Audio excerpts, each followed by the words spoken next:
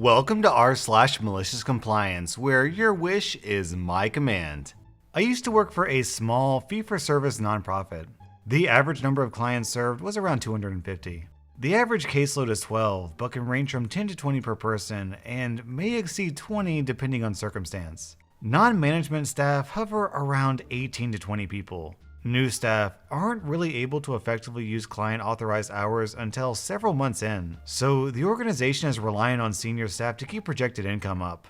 This is relevant later. Keeping it as understandable as possible, one of the perks of being a senior staff member was receiving a personalized facilitated plan for your goals. Once the plans were done individually, everyone who received one from all regions of the organization came together as a group to discuss. This was meant to be an opportunity to share, support each other, and figure out next steps. Since our plans were mostly done around our goals of the company, we had an honest conversation about what we need to be successful. It wasn't inappropriate in any way, and many of the needs we brought up were already being met. It was honestly just a facilitated discussion around how to keep focused on advancing our career there. Well, one person from another region with more authority didn't like how the day went, so they complained to their manager, who is also a personal friend. That manager worked herself up about it, created a new story, and went straight to the assistant director. The assistant director is a very reactionary person and isn't very well liked. Most just avoid or placate her. Everyone in my region at the group meeting gets an email from the assistant director saying we need to cancel all appointments and be in her office at a specified time the next day. Remember, we're senior staff. That means 5 of us canceled our client-based appointments to go into this mystery meeting, losing the company money.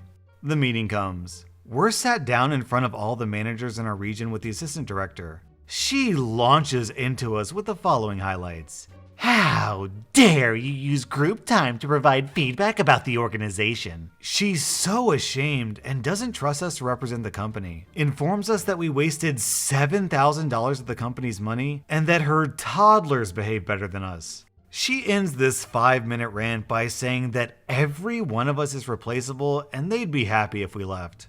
We 5 sit in stunned silence before the meeting is concluded and we all walk out. Turns out the assistant director never spoke to the facilitator, didn't consult any of the attendees from other regions, in fact, didn't bother getting any additional information at all. To add insult to injury, my boss, one of the managers in the room, told me that the point of the meeting was to make us feel sucky when I asked what follow-up was needed from me. I found a job within 2 weeks and left. 2 other people in that meeting quit within a month. A 4th is halfway out the door. Others found out about the meeting, and so far, 4 additional staff have left. All 7 of us who quit so far had been there 3 years or more, and our departures were no more than 2 months apart. Our total caseloads numbered roughly 120 clients, meaning that almost half of the organization's clients are without staff to support them. And there are now 5 new hires without mentors. One of the new hires quit because of this, making 8 people gone in 2 months. This turnover has never happened before. I left behind 3 years of stellar client relationships and high performance and outcomes and took with me knowledge on everything from mandatory trainings to the billing protocol. Yup, that's right. I developed the billing protocol for the new database and no one had stepped up to learn it prior. Sucks to be you, I guess. Moral of the story. If you tell staff they're replaceable, their answer will be, so are you. Then we had this contribution in the comments. I feel this so hard. Our boss told us 13 night shift nurses. At a meeting, we could be replaced within a day. So we better obey her really substandard new plan for how to do our job. It involved less time with patients, less of the patients having a say about their own care, less of everything that actually works. She wouldn't let us even have a discussion or opinion, so half of us left. Spoiler, we could not be replaced, not even in months. Whoops. And we have an even better story from the MCP in the comments. I joined a 7-person company. On the basis of my work, they gained about 150 employees. They thought of themselves as a telemarketing company and that they made their money on the call center. In truth, they had contracts of over $10 million each with Fortune 500 companies, the only deliverable of which was some data, which only I knew how to produce out of the databases generated by the telemarketers. I warned them repeatedly that this made me overly vital to the company and they should let me train someone. They didn't listen. I warned them repeatedly that if I wasn't available to produce the data, they couldn't fulfill the contracts. They didn't listen. The owner hired a new boss who didn't like me because I didn't tap dance and saying everything's coming up roses quickly enough for her. So she got rid of me.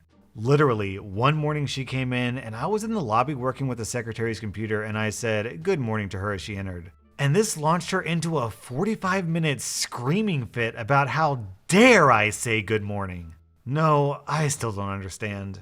They couldn't produce the data without me, so they couldn't fulfill any of their contracts. So all their clients stopped paying and they had to lay off most of the staff.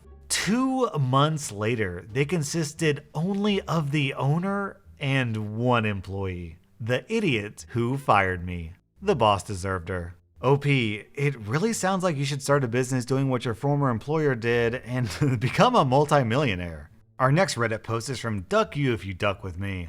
This happened some years ago when I had just gotten hired for a part-time position in a retail store. All was good until summer got closed and my boss offered me full-time for the summer end, which I gladly took. Less than 2 weeks into the summer, he changed my hours back to part-time. I hadn't thought about getting the temporary full-time thing in writing as he seemed like a trustworthy guy. It made no sense as I did a good job and helped out with things my contract didn't mention when I had the time as I got bored quickly. I found out that even though he had years of experience in the field, he had massively overspent on the wage bill and had to cut down to avoid getting fired by the head office. When I voiced my concern over this, his only response, "I'm only obliged to give you 20 hours a week as the contract states." I wanted to chew him out verbally, but I kept my cool and decided that if he wanted to play that game, I would too. When I got home that night, I read my entire contract and noted the clauses that I could use.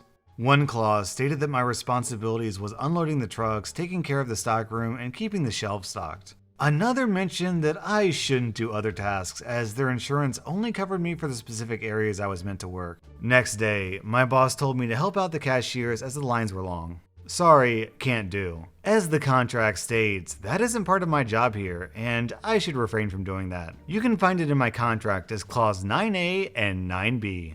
He was fuming, face totally red, and he just walked away without saying anything. Another thing I noticed in my contract is that besides my 30-minute lunch break, I had a 10-minute break I could take when I wanted, so I gave him 5 minutes, walked into his office, and told him I was taking my 10-minute break. What are you talking about? You only have 1 break and that's for lunch. My contract says otherwise. It's in clause 10. When I got back from the break, he asked me to clean something up out in the store. I couldn't believe that he couldn't take a hint. Sorry, can't do. Clauses 9A and 9B prevent me from doing it. Next day, a customer asked me for help with something. Sorry, can't do. It's not my job. Find someone else. My boss heard about this and yelled at me, but I managed to stay calm and answered with the clauses that prevented me from helping the customer. Legally, I was in the right and he couldn't do anything, but I could see the hatred in his eyes. I was still on a trial period, which meant he could fire me with only 24 hours notice, but I could also resign with only 24 hours notice. I knew that once summer ended and everyone was back from their vacations, he would fire me right away. I had started looking for other jobs and it was going alright, so I decided to quit at the worst time possible when it showed itself. At the last week of summer, he had to fire one person and suspend another person for stealing from the store. It was the perfect time to quit and leave him badly undermanned for the week. 24 hours and 1 minute before my next shift, I sent in my resignation before I sent a message to my coworkers about how they should remember to take all their breaks and not violate their contract by doing stuff they aren't allowed to do. I heard it gave him a little chaos when people followed my advice. Our next post is from JM Kelly Writer. I work nights at a hotel. Back then, the manager would place ads with coupons advertising rooms at a discount. In general, these coupons were a real pain in the butt. They clearly said not valid on weekends or holidays and had expiration dates. I would regularly have to argue with guests because they were trying to use them in violation of the terms. Anyway, one day, this guy comes in and slaps a magazine with one of our coupons down on the desk and stares me down. I sigh internally and look at the coupon. It's a couple of months out of date. Our rate for the night is, I know the rate. It says it right here. He jabs his finger into the magazine, just about punching a hole in our marble counter. Now, you're going to honor this coupon or I'm going to call my friend who owns the company. I really want to tell him to go ahead because if he really knew the owner, he'd know the company is a franchise and each hotel is privately owned. Instead, what I say is, absolutely, sir.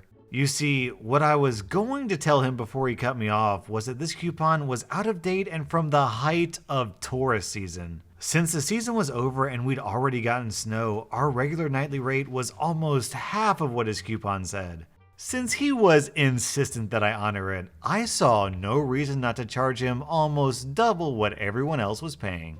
Unsurprisingly, this post was originally posted on r/butthole tax. Our next Reddit post is from Kimchi Katie. This happened about 3 years ago while going through an airport in the US. I walked through a metal detector, something must have beeped and they needed me pat down. After a thorough pat down, I put my shoes on and started to walk over to grab my bag. A TSA agent stops me and says, "You've been randomly selected, please step into the body scanner."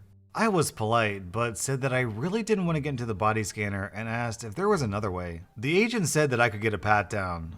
I said, well, I just got a pat down, so they angrily told me to pick an option. So I took 2 steps backwards to the woman who had patted me down 30 seconds ago and spread them again. While she was patting me down, I asked her if she found anything new. She stared daggers at me, but let me go. And then this reply in the comments. Every time I go through, I get selected for a pat down. As they get near my private area, they always say, I'm going to use the back of my hands. To which I always reply, doesn't matter, it's still the front of my balls. Our next Reddit post is from Classy Pyro. I work at a hotel as a night auditor, and this malicious compliance begins with a small bit of information I was told when I was initially hired for this position. When I interviewed for the position, and this is very important later on, I was told by the HR lady that the hotel paid a $100 bonus for each foreign language I spoke well enough to serve our guests. Management cleared my $100 for speaking English after I passed through their evaluation period. My main language is Portuguese. And for clarity, that $100 bonus isn't a one-time bonus, it's every month, so those really add up.